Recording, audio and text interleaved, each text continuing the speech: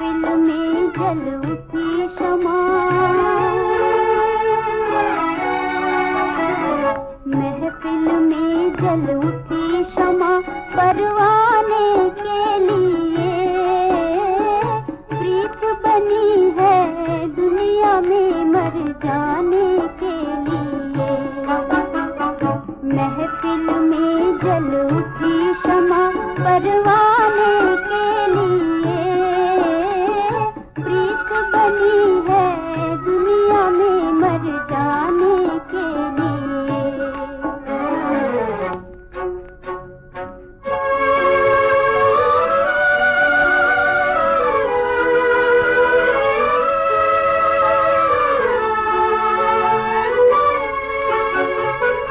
चारों तरफ लगाए फेरे फिर भी हरदम दूर है, उल्फत देखो बनी है मिलने से मजबूर है। यही सजा है दुनिया में, यही सजा है दुनिया में दीवाने के लिए प्रीत बनी है दुनिया में मर जाने के लिए। महफिल में जल उठी शमा, परवाने के लिए प्रीत बनी है दुनिया में मर जाने के लिए।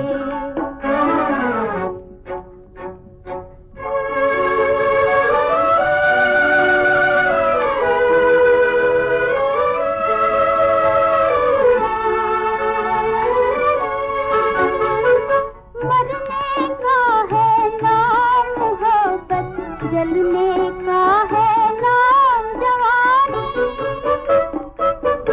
पत्थर दिल है सुनने वाले, कहने वाला आँख का पानी। आंसू आए आँखों में, आंसू आए आँखों में गिर जाने के लिए प्रीत बनी है दुनिया में मर जाने के लिए। महफिल में जल उठी शमा, परवाने के लिए प्रीत बनी है दुनिया में मर जाने के लिए।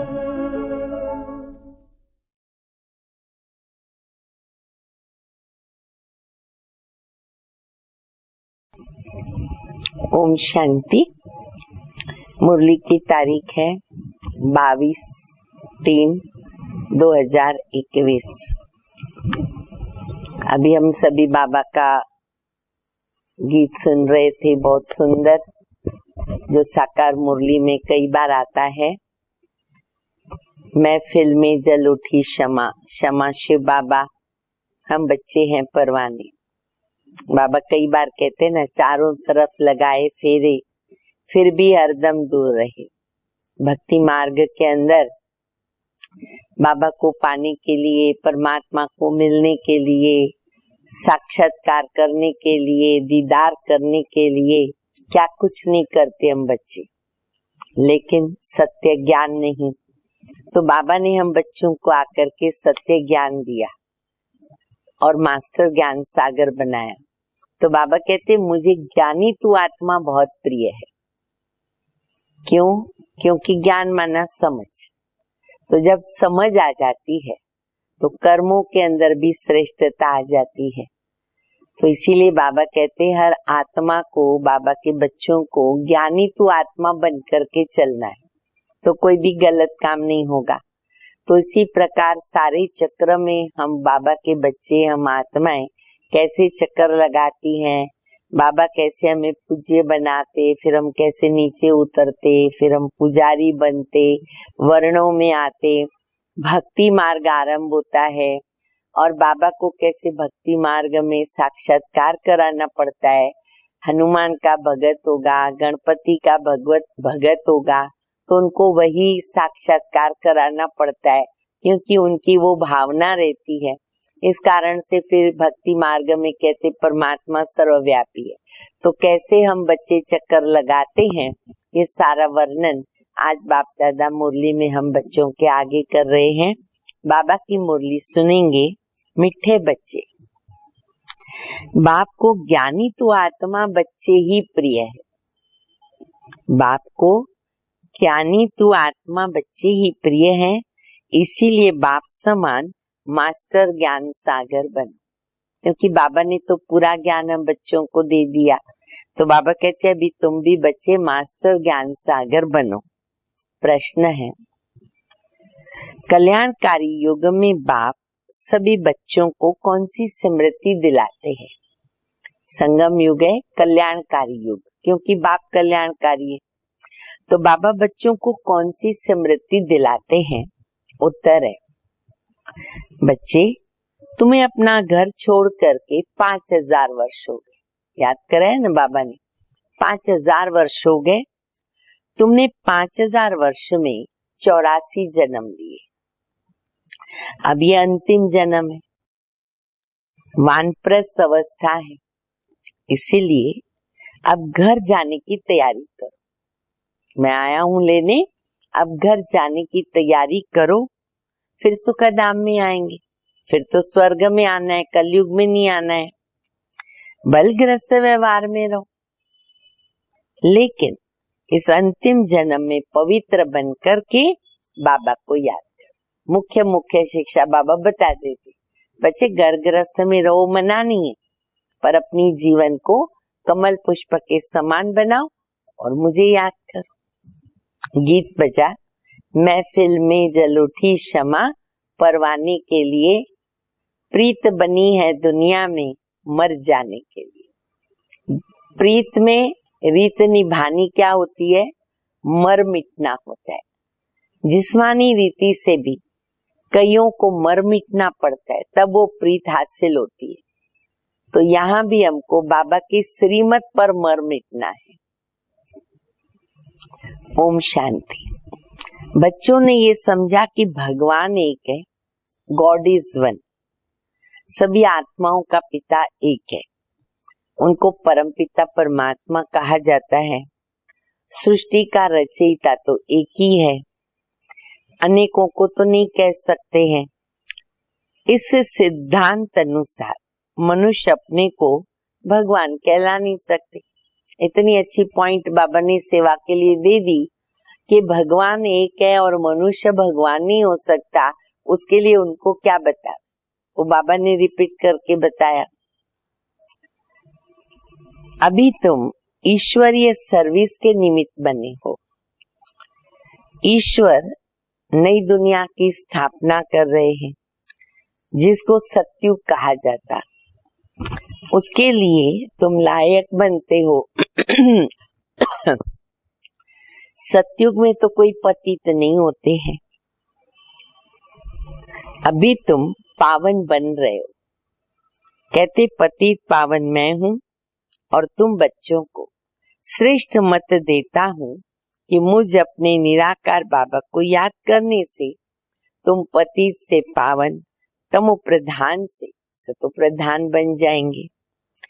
याद रूपी योग अग्नि से तुम्हारे पाप नाश हो जाएंगे।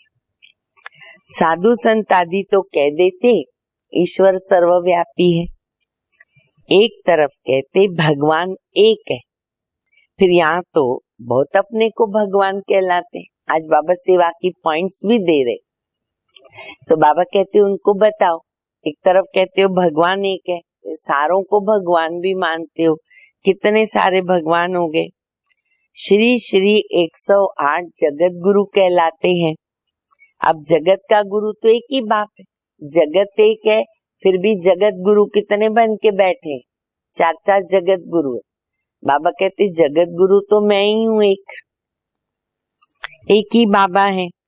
सारे जगत को पावन बनाने वाला एक परमात्मा सारी दुनिया को लिबरेट करते हैं दुखों से। वही दुख हरता सुख करता है। मनुष्यों को तो ये भी नहीं कहा जा सकता, दुख हरता सुख करता तो बाबा ही है। ये भी तुम बच्चे समझते हो। ये है पतित दुनिया, सब पतित है। पावन दुनिया में यथा राजा रानी, महाराजा महारानी तथा प्रजा। सतयुग में पूज्य महाराजा महारानी होते हैं, फिर भक्ति मार्ग में पुजारी बन जाते हैं। सतयुग में जो महाराजा महारानी हैं, उनकी जब 2 कला कम हो जाती है, देखो बाबा चक्र का ज्ञान कैसे विधि से दे रहे। सतयुग में महाराजा महारानी, फिर आए त्रेता में 2 कला कम हो गई, तो बाबा कहते 2 कलाएं कम होने के कारण कहते राजा रानी। वो महाराजा जो बोला, महारानी बोला, वो शब्द कट होके क्या बन गया? राजा रानी। ये सब बातें डिटेल की है, नहीं तो सेकंड में है जीवन मुक्ति। बाबा समझाते हैं बच्चे भल घर गृहस्थ में रहो, गृहस्थ व्यवहार में रहो, परंतु अंतिम जन्म पवित्र रहो। अब वानप्रस्थ अवस्था है। वानप्रस्थ व शांति धाम एक ही बात। वो वाणी से परे निर्वाण धाम, वहां जाना है। यहाँ आत्माएं शांति धाम में, यहाँ आत्माएं ब्रह्म तत्व में रहती हैं, उसको ब्रह्मांड भी कहते हैं। वास्तव में आत्माएं कोई अंडे मिसल नहीं, इसलिए नाम रख दिया ब्रह्मांड। पर बाबा कहते अंडे मिसल नहीं है, आत्मा तो स्टार है। बाबा ने समझाया है जो भी आत्माएं हैं इस ड्रामा में एक्टर्स हैं। जैसे एक्टर्स नाटक में क्या करते, ड्रेस बदलते हैं, भिन्न भिन्न पार्ट बजाते हैं, तो ये बेहद का नाटक है। आत्मा इस सृष्टि पर 5 तत्वों के बने हुए शरीर में प्रवेश करके पार्ट बजाती है, शुरू से लेकर, जब से लेकर आत्मा नीचे उतरी, चाहे सतयुग या त्रेता या द्वापर या कलयुग, अंत तक उसको पार्ट प्ले करना है। कैसे? शरीर का आधार लेकर के। घर में आत्माएं सब तो शरीर के बिगड़ रहती हैं, परमात्मा और ब्रह्मा विष्णु शंकर सभी एक्टर्स है, कोई भी आत्मा छूट नहीं सकती। बाबा कहते हैं ना, हाँ, ब्रह्मा विष्णु शंकर आकारी देवता है, और परमात्मा जिसको आकार भी नहीं, अर्थात निराकार ज्योति बिंदु। तो बाबा कहते हैं नाटक में भिन्न भिन्न प्रकार की ड्रेस मिलती है पार्ट बजाने के लिए। घर में आत्माएं सब शरीर के बिगड़ रहती हैं, फिर जब 5 तत्वों का शरीर तैयार होता है तो उसमें प्रवेश करती। कहते हैं ना कि जब कुछ 4-5 मास ऐसे हो जाते हैं, उसके बाद आत्मा गर्भ में आकर के प्रवेश करती है। 84 शरीर मिलते हैं, नाम भी इतने बदलते, वस्त्र बदलते हैं, हम सभी हमारे उतने जन्म और उतने नाम भी बदलते हैं। आत्मा का नाम एक है, आत्मा आत्मा ही है, या उसको शालिग्राम कहते, परंतु शरीर के नाम बदलते। अब शिव बाबा तो पतित पावन है, उनको तो अपना शरीर भी नहीं है, शरीर का आधार लेना पड़ता है। कहते मेरा नाम तो शिव ही है, इसलिए बाबा कहते मेरा नाम एक ही रहता है। भल पुराने शरीर में आता हूँ, मुख द्वारा ज्ञान सुनाता हूँ, शरीर का आधार लेता हूँ, नाम नहीं बदलता। क्यों? अपना शरीर नहीं है। इनके शरीर का नाम अपना है, ब्रह्मा बाबा का। अच्छा, इनका व्यक्त नाम भी है, फिर अव्यक्त नाम भी पड़ा। शिव बाबा ने प्रवेश किया तो प्रजापिता ब्रह्मा नाम भी पड़ा। एक धर्म वाला दूसरे धर्म में आता है तो नाम बदलता है ना। तुम भी शूद्र धर्म के बदले ब्राह्मण धर्म में आए हो तो नाम बदला है। तुम लिखते हो ना शिव बाबा थ्रू ब्रह्मा बाबा। शिव बाबा परमपिता परमात्मा है, उनका नाम नहीं बदलता, क्योंकि उनका नाम है ही गुणों पर, कर्तव्य पर, और हमारे नाम तो जो भी रखो चलता है। शिव बाबा ब्रह्मा के द्वारा स्थापना करा रहे किस धर्म की? आदि सनातन देवी देवता धर्म की, जो प्रायलोप हो गया। जो पावन पूज्य थे वो अभी पतित पुजारी बनते हैं। 84 जन्म पूरे किए, अब फिर से देवी देवता धर्म स्थापन होता है। गाया हुआ है परम पिता परमात्मा आकर ब्रह्मा के द्वारा फिर से स्थापना करते हैं, तो ब्राह्मण तो जरूर चाहिए ना। बाबा को यज्ञ रचना पड़े, स्थापना करनी देवी देवता धर्म की। अब हम तो शूद्र थे, तो बाबा को पहले ब्राह्मण बनाना पड़े, ब्राह्मण चाहिए। ब्रह्मा और ब्राह्मण कहाँ से आवे?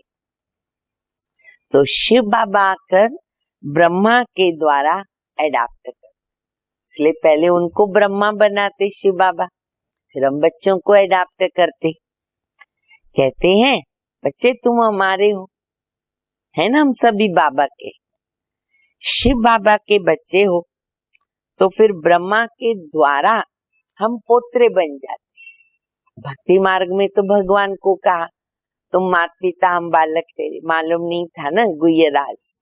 अभी बाबा कहते हैं कि मैंने द्वारा तुमको एडाप्ट किया, तो उस नाते तुम मेरे पोतरे पोतरियां हो। पिता तो एक ही है सारी प्रजा का। इतने सब बच्चे कुमार कुमारियां, ब्रह्मा कुमार कुमारियां उनको शिव बाबा ब्रह्मा के द्वारा एडाप्ट करते। मनुष्यों को पता थोड़ी है बाबा आकर आदि सनातन देवी देवता धर्म की स्थापना करते हैं। तो ऐसे नहीं कि नए सिर आते रहते हैं, जैसे दिखाते हैं ना कि भाई प्रलय हो गई, फिर पत्ते पर ऐसे सागर में श्री कृष्ण को बताते।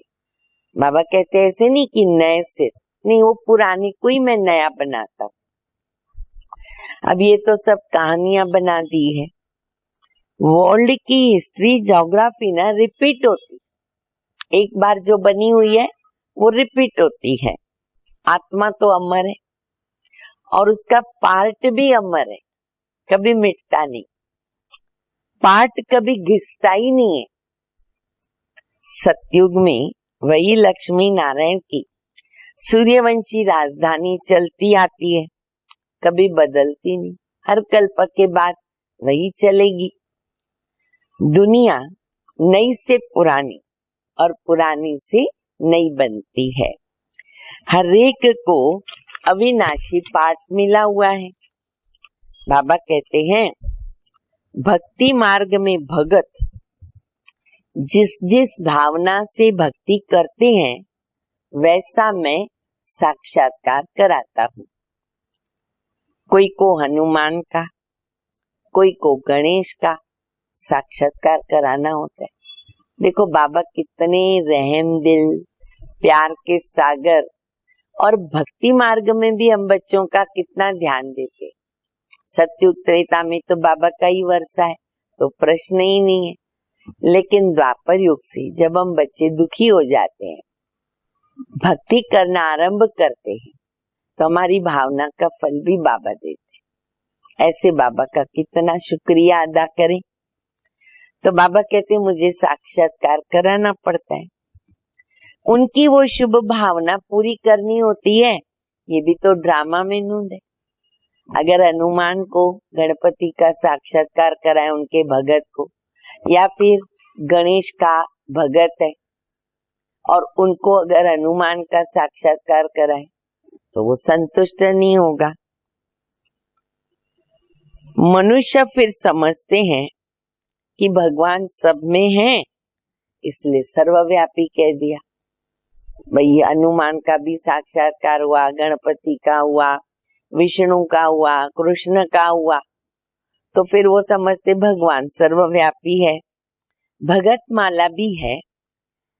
मेल्स में बाबा हमेशा बताते ना, मेल्स में शिरोमणि भगत कौन, नारद को बताते, और फीमेल में मीरा को बताते हैं। फीमेल में फिर मीरा आती है। भगत माला अलग है। रुद्र माला अलग है, ज्ञान की माला अलग है। भक्तों की माला कभी पूजते नहीं है, रुद्र माला पूजी जाती है। ऊपर में है फूल, फिर मेरू जो सबसे पहले ऊपर फूल है, आंखों पे रखते। मेरू माना युगल इकट्ठा दाना होता है, बाबा मम्मा और फिर बाबा के बच्चे, फिर हैं बच्चे। कौन से बच्चे? माला में जिसका यादगार है वो कौन से बच्चे?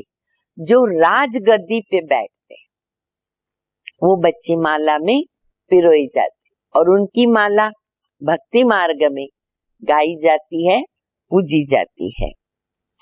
रुद्र माला, फिर विष्णु की माला। भक्तों की माला का सिर्फ गायन, वो सिर्फ गायन है, भक्त माला। ये रुद्र माला तो सब फेरते हैं। तुम भगत नहीं, ज्ञानी हो। अभी हम बच्चे कौन बने? ज्ञानी। भगत माना थोड़े में खुश होने वाला, ये याद रखो। और ज्ञानी माना बाबा से पूरा वर्षा लेने वाला। इसीलिए कई बार, एक बार एक दीदी जी बहुत अच्छा क्लास करा रहे थे, उन्होंने साकार बाबा की पालना ली हुई थी, तो अपना क्लास में बहुत अच्छी बात बता रहे थे कि बाबा के आगे मैं बैठी थी तो एक बच्चा मिलने आया, तो इस प्रकार से बाबा मिला तो बाबा ने उसको बोला तुम तो भगत है, भगत। तो वो इतना खुश हो गया, बात मत पूछो। फिर जब वो चला गया तो बाबा उनको सुना रहे थे कि देखो थोड़े में खुश होने वाला बच्चा, बाबा ने बोल दिया भगत। इन भगत बनना नहीं, हमको बच्चा बनना है। कई बार बाबा मुरली में कहते भगत माना बुद्धू। क्यों? क्योंकि भगत के पास सच्चा ज्ञान तो नहीं है ना। लेकिन बाबा ने हम बच्चों को तो मास्टर नॉलेजफुल बना दिया, तो इसीलिए अभी हम भगत नहीं है, अभी हम बाबा के बच्चे बने हैं। आधा कल्प भगत थे, कुछ कुछ भी मांगते रहते थे। एक चीज पूरी हुई, फिर दूसरी मांगी, फिर तीसरी मांगी। अब तो बाबा ने सब कुछ दे दिया, पूरा खजाना खोल करके दरवाजा दे दिया, बच्चे सब तुम्हारा है, जितना चाहिए तुम ले सकते हो। तो बाबा कहते हैं कि भगत अलग है, बच्चे अभी बने बाबा के बच्चे हम सभी। तुम भगत नहीं हो, तुम ज्ञानी हो। बाबा कहते हैं मुझे ना ज्ञानी तू आत्मा अति प्रिय है, इसलिए ये चेक कर कि मैं ज्ञानी तू आत्मा कितना परसेंटेज बनी हूँ, बना हूँ। बाप ज्ञान का सागर है, तुम बच्चों को ज्ञान दे रहे। माला भी तो तुम्हारी पूजी जाती है।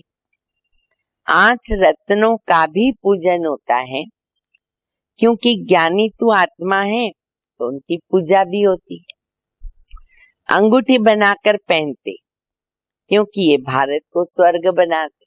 हाँ, कोई भी ऐसी कहते हैं ना आफत आती है, ग्रहचारी बैठती है ना, तो अंगूठी पहनते नवरत्न का। तो बाबा कहते ये जो 8 रत्न है बाबा के, उनका यादगार है।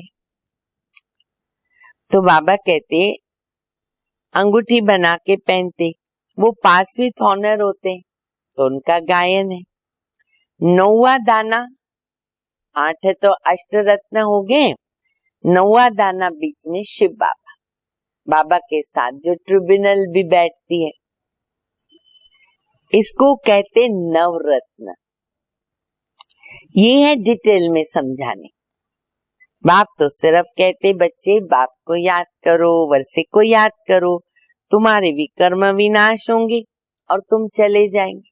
अब डिटेल ज्ञान तो बाबा समझा रहे, समझ में आता है उतना समझो, नहीं समझ में आता कम से कम बाबा को याद करो, वर्षे को याद करो, विकर्म विनाश करो। पतित आत्माएं पावन दुनिया में नहीं जा सकती, यहाँ सब पतित है। देवताओं के शरीर तो पवित्र है, निर्विकारी है, वो है पूज्य। यथा राजा रानी प्रजा सब पूज्य, और यहाँ सब है पुजारी। वहां तो दुख की बात ही नहीं है, उनको कहते स्वर्ग सुख धाम। वहां पर सुख, संपत्ति, शांति सब कुछ होता है। अब तो कुछ भी नहीं है, इसीलिए इसको क्या कहेंगे, नरक, और उनको कहेंगे स्वर्ग। हम आत्माएं शांति धाम में रहने वाली हैं, वहां से आते पाठ बजाने, 84 जन्म पूरे भोगने पड़ते हैं। अभी दुख धाम में, फिर हम जाते हैं शांति धाम, और शांति धाम से फिर आएंगे सुख धाम। बाप सुख धाम का मालिक बनाने, मनुष्य से देवता बनाने पुरुषार्थ करवा रहे हैं। तुम्हारा अभी है संगम युग। बाबा कहते, मैं कल्प के संगम युग पर आता हूँ, युगे युगे नहीं, क्योंकि शास्त्रों में तो बहुत कुछ बता दिया और एक भी बात का ठिकाना नहीं।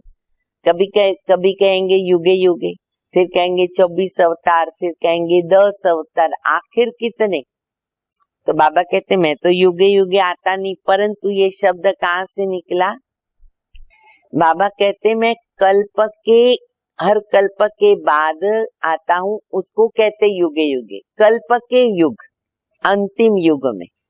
लेकिन उन्होंने युगे युगे कह दिया। मैं संगम युग में एक ही बार सृष्टि को बदलने आता हूँ। सतयुग था, अब कलयुग है, फिर सतयुग आना चाहिए। तो ये है कल्याणकारी संगम युग। सबका कल्याण होना है, सबको रावण की जेल से छुड़ाते हैं, उनको दुख हरता सुख करता कहा जाता है। यहाँ तो सब दुखी है। तुम पुरुषार्थ करते हो सुख धाम में जाने के लिए। सुख धाम जाना है तो पहले शांति धाम जाना है, डायरेक्ट नहीं जा सकते ना, पहले घर जाना होगा।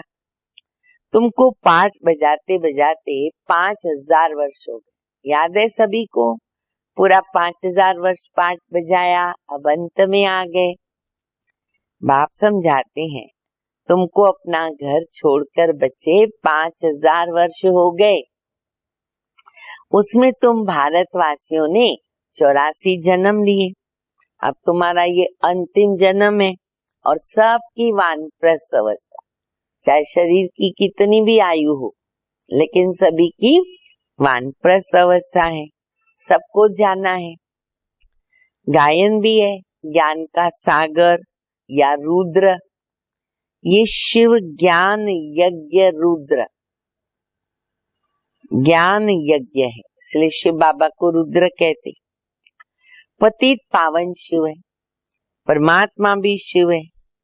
रुद्र नाम भक्तों ने रखा है, उनका असल नाम तो शिव बाबा है। शिव बाबा प्रजापिता ब्रह्मा के द्वारा स्थापना करवाते हैं।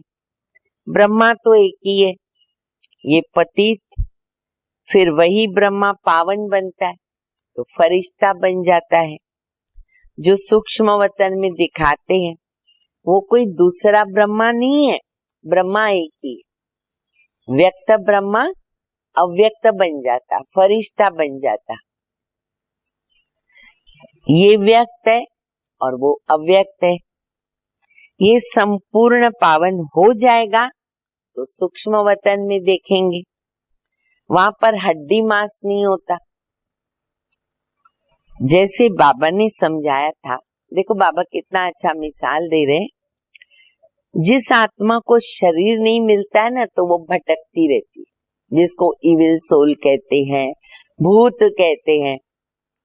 तो बाबा कहते कोई आत्मा को शरीर नहीं मिलता है तो वो भटकती है, उनको भूत कहते। जब तक शरीर मिले ना तब तक वो भटकती है। अच्छा, उसमें कोई अच्छी होती कोई बुरी होती, फिर वो किसी में प्रवेश कर लेती है ना, अगर जगह मिल गई, हिसाब किताब उनका उस आत्मा के साथ है तो प्रवेश कर लेती। कभी कभी तो कहते कोई में 2-4 आत्माएं भी प्रवेश कर लेती हैं, एक्टिविटी से पता चलता है। फिर पता नहीं तंत्र मंत्र वालों के पास जाते हैं, निकलवाते हैं, कोशिश करते हैं। तो ये सब आत्माएं भटकती है ना, तो उसमें कोई अच्छी भी होती है, कोई बुरी भी होती है। कोई तो आकर के किसका भला करके जाती है और कोई किसका सत्यानाश कर देती है, यहाँ तक कि उसकी मृत्यु भी कर देती है। तो बाबा कहते हैं कोई अच्छी होती है, कोई बुरी होती है। तो बाप हर एक बात की समझानी देते हैं। वो ज्ञान का सागर है बाबा, तो जरूर समझाएंगे ना। 1 सेकंड में जीवन मुक्ति, अलफ और बे को याद करो तो सेकंड में जीवन मुक्ति का वर्षा मिलेगा। कितना सहज है। नाम क्या है? सहज राजयोग। वह समझते भारत का योग ये था, परंतु वो सन्यासियों का हठ योग है। ये तो बिल्कुल सहज है। योग माना याद। बाबा ने कितना सहज कर दिया। बच्चे योग शब्द नहीं बोलेंगे चलेगा, याद शब्द बोल। याद करना तो बहुत सहज है। उनका तो हठ योग है, ये तो बहुत ही सहज है। तो बाबा कहते हैं मुझे इस प्रकार याद करो। कोई लॉकेट आदि भी लगाने की दरकार नहीं है। तुम तो बच्चे हो बाबा के। लौकिक में क्या होता है, एक बार संबंध जुट गया, कोई उनका फोटो चाहिए ही चाहिए तो ही हमको बाप की याद आएगी, ऐसी तो कोई बात नहीं है। बाबा को सिर्फ याद करना, बुद्धि से याद करना है। तुम यहाँ पाठ बजाने आए हो, अब सबको वापिस घर जाना है, फिर वही पाठ बजाना है जो अभी बजा रहे हैं, वो फिर से बजाते रहेंगे। भारतवासी सूर्यवंशी, चंद्रवंशी, वैश्यवंशी, शूद्रवंशी, फिर ब्राह्मण वंशी, बाजोली खेलते, फिर वापस देवता बनेंगे। इस बीच में और धर्म आते। देखो बाबा कैसे पूरे चक्र की नॉलेज दे रहे। इसका हमको सारा दिन सिमरण करना है, जिसको बाबा कहते चक्र को घुमाते रहो। फिर बीच में और धर्म वाले आते। 84 जन्म तो तुम लेते हो, फिर तुमको नंबर 1 में जाना है, फिर तुम सतयुग में आएंगे और सभी बाकी के शांति धाम में चले जाएंगे। और धर्म वालों के वर्ण नहीं होते, वर्ण होते ना, ब्राह्मण वर्ण, देवता वर्ण। बाबा कहते दूसरे धर्मों में ये वर्ण नहीं होते, ये भारत में होते हैं। जैसे तुम सूर्यवंशी वर्ण के, चंद्रवंशी के बनते हो, अभी ब्राह्मण वर्ण के बने हैं। हम कौन है अभी? पक्का करो, हमें ब्राह्मण, ये भूलना नहीं है। क्योंकि एक याद रखा ना, केवल ब्राह्मण शब्द है, उसके साथ कई बातें जुड़ी हुई है। सबसे पहले तो ब्राह्मण माना पवित्र, फिर पवित्रता की गुह्यता आ जाती है, मनसा वाचक कर्मणा पवित्र। तो इसीलिए बाबा कहते हैं ये पक्का याद रखो कि मैं ब्राह्मण हूँ। तो बाबा कहते हैं ब्रह्मावंशी ब्राह्मण। अब ये सभी बातें तो बाप बैठ समझाते हैं, जिनकी बुद्धि में धारणा नहीं हो सकती है। तो बाबा कहते अच्छा सिर्फ बाबा को याद करो। क्या कर सकते, कम से कम अपना बेड़ा पाने के लिए बाबा को तो याद करो। जैसे बाप को जानने से बच्चे को मालूम पड़ जाता है कि ये मिल्कियत है। बच्ची को तो वर्षा मिलता नहीं। यहाँ तुम शिव बाबा के बच्चे हो ना, सबका हक, मेल है फीमेल है, बाबा सबको वर्षा देते क्योंकि आत्मा को वर्षा मिलता। मेल अथवा फीमेल सबका हक है, सबको सिखाना है। शिव बाबा को याद करो, जितना याद करेंगे उतने विकर्म विनाश होंगे, पतित से पावन बनेंगे। आत्मा में जो खाद पड़ी है वो निकले कैसे? बाबा कहते योग से तुम्हारी खाद खत्म होगी। खाद निकालना, अलाय निकालना, आत्मा को प्योर गोल्ड बनाना, सोना बनाना, एक ही रास्ता, योग अग्नि। उनसे ही खत्म होता है और उनसे ही आत्मा शुद्ध, पावन और प्योर गोल्ड बनती है। ये पतित शरीर यहाँ ही छोड़ना है, आत्मा पवित्र बन के जाएगी, सब मच्छरों सदृश जाएंगे। बुद्धि भी कहती है कि सतयुग में तो बहुत ही थोड़े लोग होंगे, इस विनाश में कितने मनुष्य मरेंगे और बाकी जाकर के थोड़े रहेंगे। राजाएं तो थोड़े रहेंगे, बाकी 9 लाख प्रजा सतयुग में रहती। राजाएं तो थोड़े होते हैं ना, लेकिन बाबा कहते सतयुग के आदि में स्टार्ट होता है 9 लाख की पॉपुलेशन। देखो आज गिनती करो, 9 लाख को क्या बोलेंगे? शरीर में नाखून के बराबर भी नहीं है। एक एक मुंबई के सबर्ब में कितने लाखों लोग हैं और पूरे विश्व में एक भारत खंड और सिर्फ 9 लाख। कितना सुख होगा। तो बाबा कहते हैं कि सारे राजाएं थोड़े, बाकी 9 लाख की प्रजा सतयुग में है। इस पर गाते भी है ना, देखो ये भी गायन है क्या, 9 लाख तारे बोलते हैं ना, 9 लाख तारे। जैसे त्रेता युग के अंत तक 33 करोड़ होते, तो बाबा कहते भक्ति मार्ग में क्या बोलते हैं, 33 करोड़ देवताओं को नमस्कार, सबका गायन पूजन होता। ऐसे ही जो सतयुग के शुरू में आने वाले, तो उनको बोलते 9 लाख तारे, यानी प्रजा। झाड़ तो पहले छोटा होता है, फिर वृद्धि को पाता है। अब तो कितनी आत्माएं हो गई है, तो बाप आते हैं सबको गाइड बन करके ले जाते। अभी बाबा आया है ले जाने, हम सब तैयार हैं घर चलने के लिए। रेडी हो ना सभी, देख लो, चेक करो कि हम सब एकदम रेडी हैं। अच्छा, मीठे मीठे सिकिल दे बच्चों प्रति माता पिता बाप दादा का याद प्यार। Good morning. रूहानी बाप की रूहानी बच्चों को नमस्ते। हम रूहानी बच्चों की रूहानी बाप को, माता पिता बाप दादा को याद प्यार, गुड मॉर्निंग और नमस्ते। धारणा के लिए मुख्य सार है पहला, योग अग्नि से विकर्मों की खाद को भस्म करके पावन बनना है। बार बार बाबा ये बात मुरली में पक्की कराते हैं, अपने विकर्म विनाश करने योग अग्नि से। अब वानप्रस्थ अवस्था है, इसलिए वापस घर जाने के लिए संपूर्ण सतो प्रधान बनना है। दूसरा, इस कल्याणकारी युग में बाप समान दुख हरता सुख करता बनना है। वरदान है, साधारणता को समाप्त कर महानता का अनुभव करने वाले। बाबा ने हम बच्चों को महान बनाया, तो महानता का अनुभव करने वाले श्रेष्ठ पुरुषार्थी भव। जो श्रेष्ठ पुरुषार्थी बच्चे हैं, उनका हर संकल्प महान होगा, क्योंकि उनके हर संकल्प श्वास में बाबा की याद स्वतः ही होगी। जैसे भक्ति में कहते हैं ना, अनहद शब्द सुनाई दे और जपा जाप चलता रहे, तो ऐसा पुरुषार्थ निरंतर अगर होता है तो उसको कहते श्रेष्ठ पुरुषार्थ। याद करना नहीं, स्वतः ही याद आता रहे, तब साधारणता खत्म हो जाती है और महानता आती जाती है।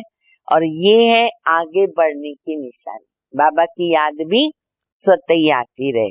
स्लोगन है, मनन शक्ति द्वारा सागर के तले में जाने वाले ही रत्नों के अधिकारी बनते। कहते हैं ना, सागर के तले में जाओ तो हीरे मोती रत्न मिलते हैं। तो ज्ञान सागर शिव बाबा, उनके तले में जितना जाएंगे उतना हमें क्या मिलेगा, ज्ञान के रत्न प्राप्त होते हैं। अच्छा, ओम शांति।